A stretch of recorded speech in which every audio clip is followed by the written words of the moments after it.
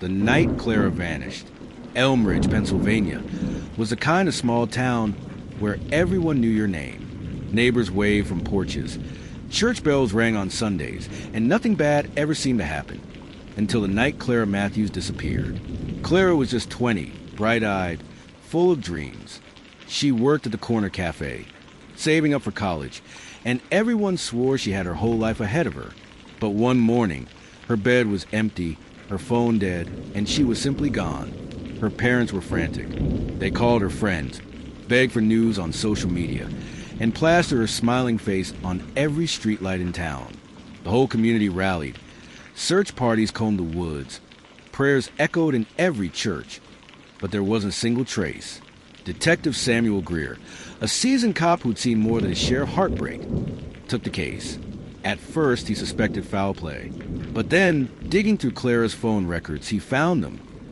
Late-night text to an unfamiliar number, signed only with the name Eli. We'll be free soon. Tomorrow, just you and me. It all clicked. Clara hadn't been kidnapped. She'd run away.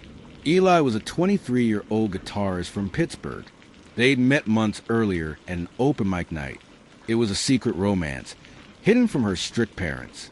Security footage confirmed it. There she was at the Greyhound station in the dead of night, suitcase in hand, boarding a bus headed west. Greer thought he'd cracked it, until 2 weeks later, when a hiker stumbled on an abandoned cabin deep in the Allegheny woods. Inside, shattered furniture, blood smeared on the floor, and 2 wallets, Clara's and Eli's. Bandits. That part of Pennsylvania had seen an uptick in violent robberies, groups targeting isolated travelers and runaways.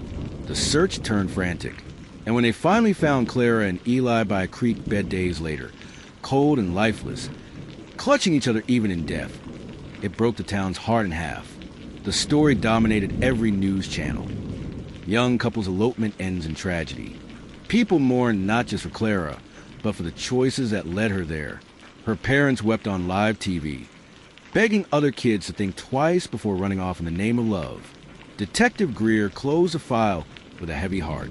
In small towns like Elmridge, folks still talk about Clara Matthews when the sun goes down. Her smiling face on those old missing posters forever burned into memory. Sometimes, Greer would later say, "It's not monsters in the dark we need to fear, but the roads we choose to walk and who we walk them with."